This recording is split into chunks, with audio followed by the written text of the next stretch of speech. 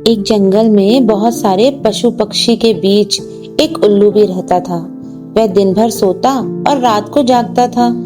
एक दिन बुलबुल ने उसे दिन में आवाज दी, उल्लू भैया, अरे अब तो उठ जाओ, सारा जंगल जग रहा है और तुम सो रहे हो। उल्लू ने बुलबुल की बात का कोई जवाब नहीं दिया और अपनी नींद जारी रखी।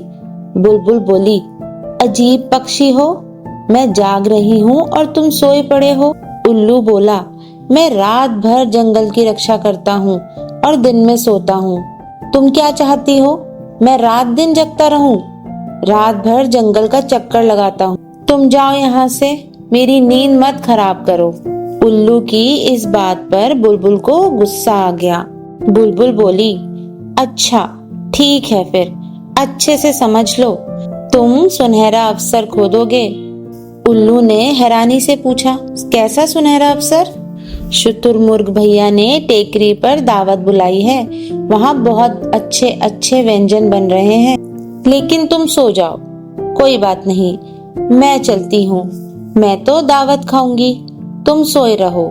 सबको यही बताऊंगी कि उल्लू भैया तो सो रहे हैं। ये कहकर बुलबुल वहाँ से उड़ गई। उल्लू बोला, अरे रे रे बुलबुल, तुम तो नाराज हो गई, पहले क्यों नहीं बताया? अच्छा किया जो मुझे जगा दिया, अब तो मेरी भूख भी जग गई है और नींद तो कब की भाग चुकी है। बुलबुल बोली, अच्छी बात है, उठो फिर उल्लू भैया और जल्दी चलो टेकरी पर, जहाँ अच्छे अच्छे व्यंजन बने हैं। इतना कहकर बुलबुल वहाँ से उड़ गई, लेकिन उल्लू के लिए परेशानी शुरू हो गई।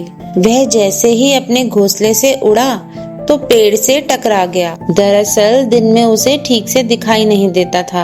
अरे, मैं तो दावत खाने जा रहा था, फिर ये पेड़ बीच में कहाँ से आ गया और मुझसे टकरा गया। उल्लू गुस्से में उठा और फिर से उड़ चला। उड़ते उड़ते उल्लू टेकरी पहुँच गया। टेकरी पहुँचते ही वह खुशी से उछल पड़ा और जल्दबाजी में एक बड़े पहाड़ से टकरा गया। अरे बाप रे, ये पहाड़ इतना बड़ा कब से हो गया? मैं तो दावत खाने जा रहा था, इसे मैं ही मिला था टकराने के लिए। कोई इसे समझाओ, मेरे रास्ते से इसे हटाओ। किसी ने कहा, अरे उल्लू भैया, पहाड़ तो अपनी जगह पर ही है, तुम ही रास्ते में नहीं हो, गलत दिशा में हो, इसलिए तुम पहाड़ से टकरा गए। उल्लू बोला, अरे भैया, 2 बार टकरा चुका हूँ, ये दावत तो बड़ी महंगी पड़ रही है, टेकरी का रास्ता किधर है बता दो और हो सके तो मुझे वहाँ पहुँचा भी दो। एक पक्षी ने कहा, भैया तुम अगर इस दिशा में जाओगे तो नदी में गोता खाओगे, मैं तो दावत खाकर लौट रहा हूँ, अब तुम्हारे साथ नहीं चल सकता। ऐसा करो, तुम इस दिशा में जाओ और सीधा उड़ो, इससे तुम सीधा टेकरी पर पहुँचोगे जहाँ दावत चल रही है।